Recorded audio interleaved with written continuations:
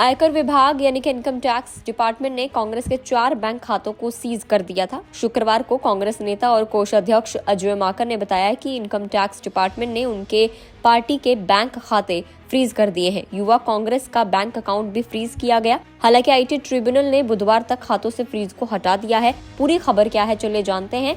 अजय माकन को सुनिए, जो कि कांग्रेस के नेता हैं, कोषाध्यक्ष हैं। उन्होंने पूरा डिटेल में बताया है कि क्यों अकाउंट्स को फ्रीज कर दिया गया, क्या कारण था, उनको किन परेशानियों का सामना हो रहा है और अब आगे क्या कुछ होगा। हम लोगों को परसों ये जानकारी मिली कि जो चेक हम लोग इशू कर रहे हैं वो बैंक्स उस चेक को ऑनर नहीं कर रहे हैं। उसके ऊपर जब हम लोगों ने आगे छानबीन करी तो हमें बताया गया कि देश की मुख्य ऑपोजिशन पार्टी के सारे अकाउंट्स फ्रीज कर दिए गए हैं। कांग्रेस पार्टी के अकाउंट्स पर तालाबंदी हो गई है। कांग्रेस पार्टी के अकाउंट्स फ्रीज कर दिए गए हैं। हमारे देश में लोकतंत्र पर तालाबंदी हो गई है और ये कांग्रेस पार्टी के अकाउंट्स फ्रीज नहीं हुए हैं, हमारे देश में डेमोक्रेसी फ्रीज हुई। हैरानी की बात यह है कि जब 2 हफ्ते केवल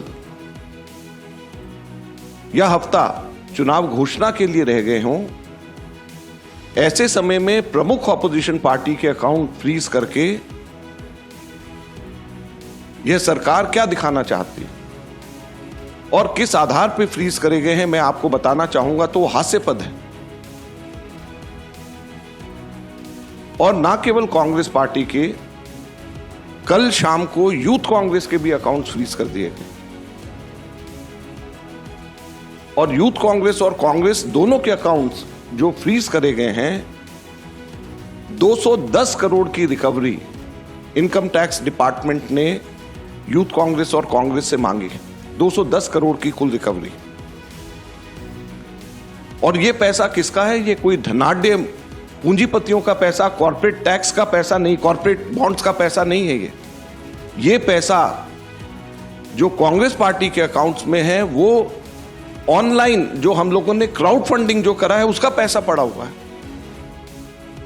लगभग 25 करोड़ रुपया हमारा इकट्ठा हुआ है, जो हमारे देश के अंदर, जिसमें 95% से भी ज्यादा पैसा 100 रुपए से भी कम यूपीआई से लोगों ने जमा कराया। यूथ कांग्रेस का जो पैसा है, यूथ कांग्रेस की मेंबरशिप ड्राइव का पैसा है और वो पैसा इनकम टैक्स ने, भारत सरकार ने फ्रीज कर दिया है।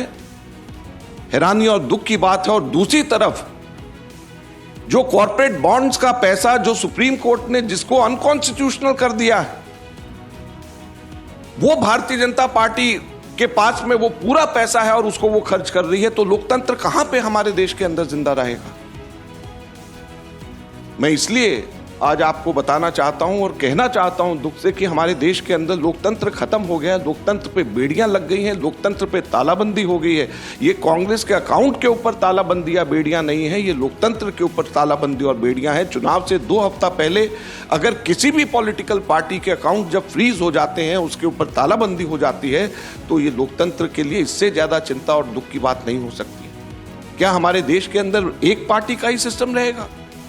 क्या हमारे लोकतंत्र के अंदर वन पार्टी पॉलिटिक्स हमारे देश के अंदर रहेगी? बाकी सभी के सभी पार्टियों के अकाउंट्स फ्रीज हो जाएंगे? बाकी पार्टीज को क्या रहने का अधिकार नहीं है? तो जैसा आपने सुना कि लोकसभा चुनाव से पहले ही कांग्रेस को बड़ा झटका मिला और सारे अकाउंट्स उनके फ्रीज कर दिए गए। चेक्स को बैंक से क्लियरेंस नहीं मिल पा रहा था। फ्रीज अकाउंट से आयकर विभाग ने 210 करोड़ रुपए की रिकवरी मांगी, जैसा आपने सुना भी अजय माकन ने बताया है। यानी कि कांग्रेस को ये रकम पेनल्टी के तौर पर इनकम टैक्स डिपार्टमेंट को देनी होगी। अकाउंट फ्रीज होने से पार्टी के पास बिजली का बिल भरने के लिए, वेतन देने के लिए पैसे नहीं और साथ ही कोई ट्रांजैक्शंस भी नहीं की जा सकती थी। लेकिन उसके बाद आईटी ट्रिब्यूनल ने कांग्रेस को राहत दी।